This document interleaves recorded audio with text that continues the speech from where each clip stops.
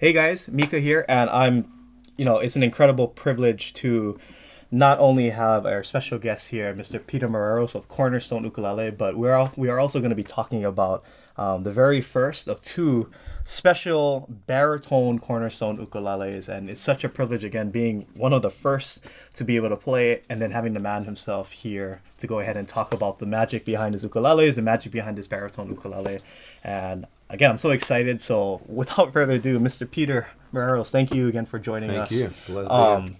Can you talk about what made you, open up that can of worms to start building, baritone ukuleles?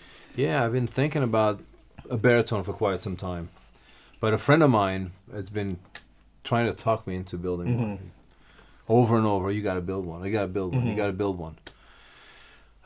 My buddy Grant, and I said, okay, well, I'm gonna give it a shot.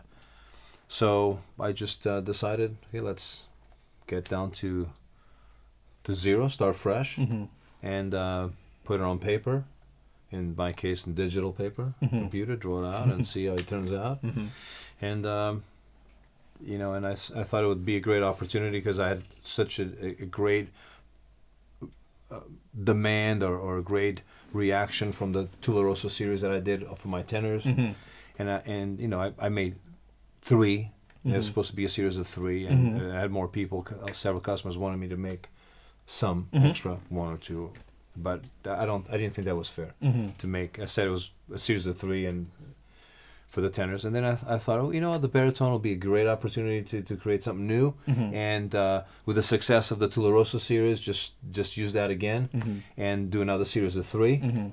I might actually do that again on a concert or something else. Sopranissimo or something. Yes, yes. This is just the start. Right, exactly. But I just needed a challenge, and I again decided to do something new, something of my own, and I'm very excited about it.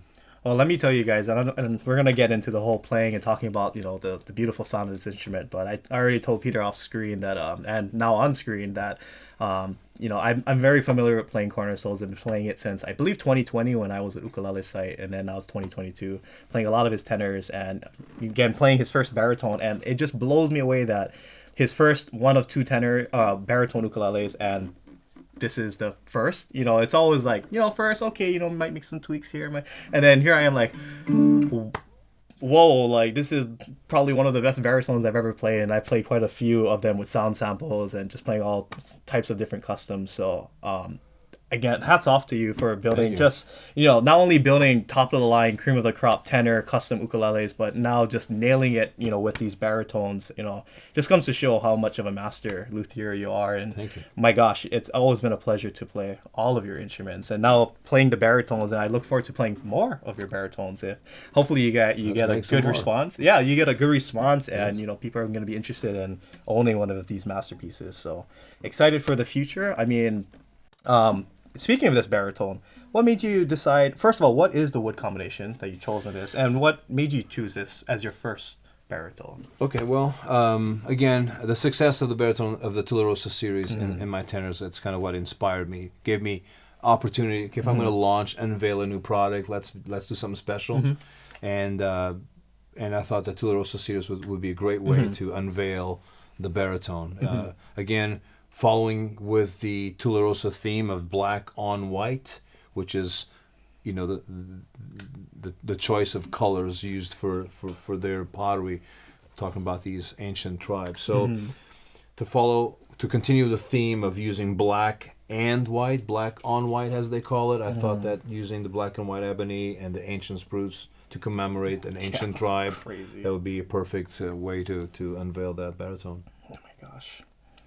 So what do you think is going to be your next baritones? Are you going to continue with this, or do you want to go ahead and... It's a series of three. I've built two, so there's one more coming with the same wood combination, following maybe different rosetta, try to make them, every one of them slightly different. So the next one, obviously, I'm going to make another baritone number 3, same combination. And then after that, I just got to try, some nice stuff like President Rosewood Koa. The standards. Exactly. Man.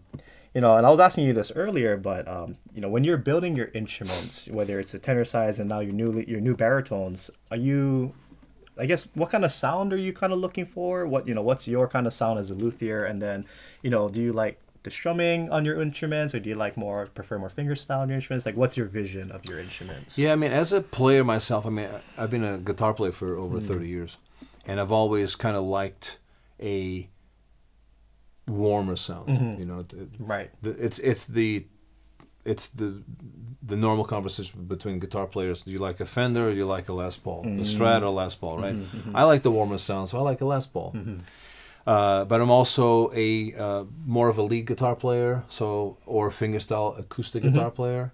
So I kind of like that, and that's kind of one of the reasons that I build primarily low G tenors, because I think it's more versatile for fingerstyle. So I go after a fingerstyle, something that's more responsive. Try not to be too overdriven. If strummed, I like a responsive, warm sound. Right. So that's kind of like what I aim for.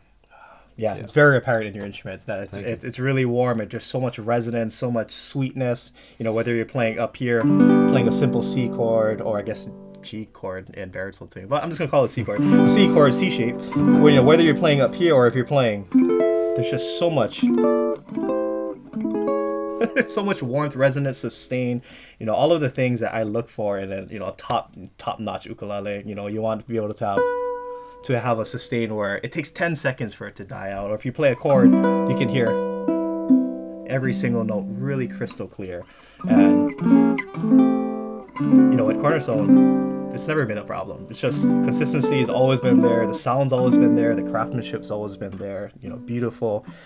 Ancient spruce. I don't think anyone else uses ancient spruce to build their instrument. So that was a first for me. Like, wow, like, wait, 3,000 years old. Like, that's a thing on instruments? Like, wow, so but like you said with the warmth, it's always been so apparent when I play your instruments. It's just like, wow, like, yeah, this thing, it's hard to not smile when you're playing one of Peter's, or one of your instruments. So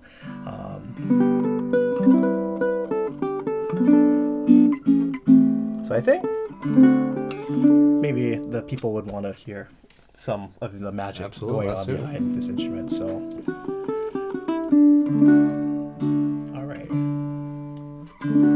All right, here we go. Here's You Are My Sunshine, because this ukulele makes me smile.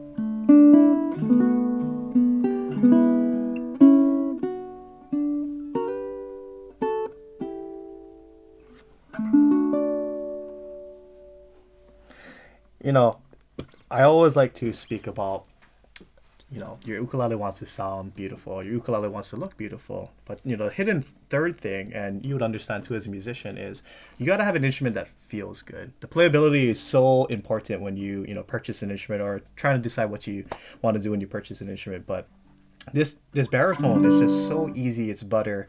It's so easy to go ahead and navigate, whether I'm playing up here, playing down here. I don't have to press hard at all. And I always make the same old joke about me having girl hands, and I'm always so critical on the setup. It has to be super low as possible before it starts buzzing, and I want loose tension strings, and I don't want my hands to hurt after 15 minutes. But just playing this ukulele, it's just so easy, so butter smooth. It's just so easy to play. And another thing that I want to mention is that, whenever I talk about really, really good ukuleles, is that when you play a really good custom instrument, the instrument forces you to adapt to this, not the instrument adapts to me. So for me as a player, when I hear that kind of note and it has such a nice sustain, it's so warm, I almost think of the instrument as if it's speaking to me. And if I were to go, that's me almost like cutting off because it's like, hey, let me sing. So like when I did You're My Sunshine,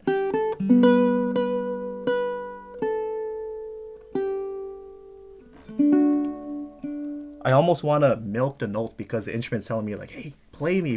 Like I can provide this nice sound for you. So, yeah, I really get that just from that. I think 45 seconds of playing You're My Sunshine. So, again, thank you for your excellent quality in your instruments. It's such a pleasure to meet you and being able to meet you, and because I've played so many of your instruments. But is there anything else that you wanted to add, whether it's with this baritone, some of your thoughts on sounds that you're going for, just anything you want to kind of wrap up with, maybe something about yourself, why you're building ukuleles, or Yeah, that could take a long time. yeah. In 30 seconds. It's I mean, this is obviously, like I said, my first, since I've built two at the same time, so my firsts, right, a plural firsts, but never really built one before. I've built a couple of baritones before, but in a different situation. These are the first Cornerstones, but so as an example, the bevel will be something that's different from my regular tenors, which is a continuous bevel that blends all the way from the waist down to the tail, actually past the tail. Yeah. And that's one of the things, looking at, trying to see how people actually play a baritone, being a bigger instrument, where does your arm go? Where does it fit?